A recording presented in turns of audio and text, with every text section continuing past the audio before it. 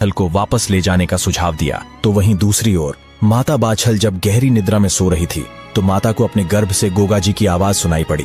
गोगा जी ने माता से कहा, अगर मेरा जन्म ननिहाल में हुआ तो कालांतर में मेरा उपहास किया जाएगा, अतः मुझे पितृभूमि पर जन्म लेना है। जिस पर माता ने गोगा जी से कहा कि ये कैसे संभव होगा, तुम्हारे पिता हमें लेने यहाँ नहीं आएंगे। तब गोगा जी ने माता से कहा कि मैं पिताजी से बात करता हूँ। माता बाछल के वियोग में जंगल में विश्राम कर रहे जेवर सिंह की आंख लग गई।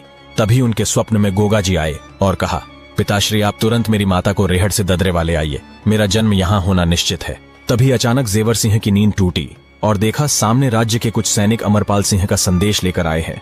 संदेश सुनते ही जेवर सिंह तुरंत रेहड़ के लिए रवाना हुए और सकुशल माता बाछल को लेकर ददरेवा लौट आए। माता बाछल के लौटते ही ददरेवा की सूखी जमीन हरी भरी हो गई और चारों ओर खुशियों का माहौल छा गया।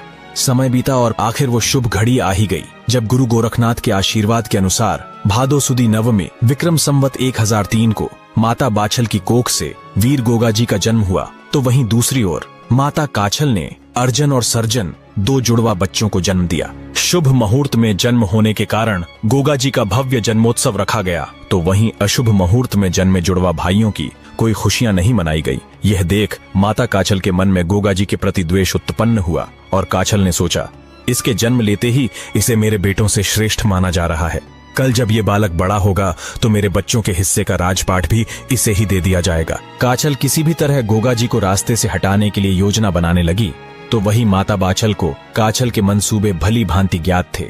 माता बाछल और पिता जेवर सिंह गोगा जी को लेकर गुरु गोरखनाथ के पास आ पहुंचे। जब गुरु गोरखनाथ ने माता से आने का कारण पूछा तो माता ने गुरु गोरखनाथ से कहा, आप तो सर्व ज्ञाता है, मेरे पुत्र को मेरी बहन काछल से खतरा है, अतः जब तक गोगा युवा नहीं हो जाता तब तक आप इसे अपने साथ रख इसे शिक्षा प्रदान करें। गुरु गोरखनाथ ने बालक गोगा जी चौहान को गोद में लिया और अपनी प्रचंड योग शक्तियों से गोगा जी को और भी अधिक शक्तिशाली बना दिया। गुरु ने गोगा जी को माता बाछल को लौटाते हुए कहा कि आप निश्चिंत रहे माता, गोगा को रक्षा की आवश्यकता नहीं, और जब गोगा 12 वर्षों का हो जाएगा तब मैं इसे ले जाऊंगा और इसे योग विद्या में निपुण करूंगा। जिसके बाद गुरु चरणों में प्रणाम कर आज्ञानुसार जेवर सिंह और माता बाछल गोगा जी को लेकर महलों में लौट आए। थोड़ा समय बीतने के बाद काछल ने अपनी ननद छबीली के साथ मिलकर गोगा जी को मारने का षड्यंत्र रचा और छबीली ने दूध में मिलाकर गोगा जी को विष दे दिया। छबीली ने जैसे ही विषैला दूध गोगा जी को पिलाया तो देखा गोगा जी कड़वा विष युक्त दूध बड़े आनंद के साथ पी गए। यह देख छबीली के पैरों तले जमीन खिसक गई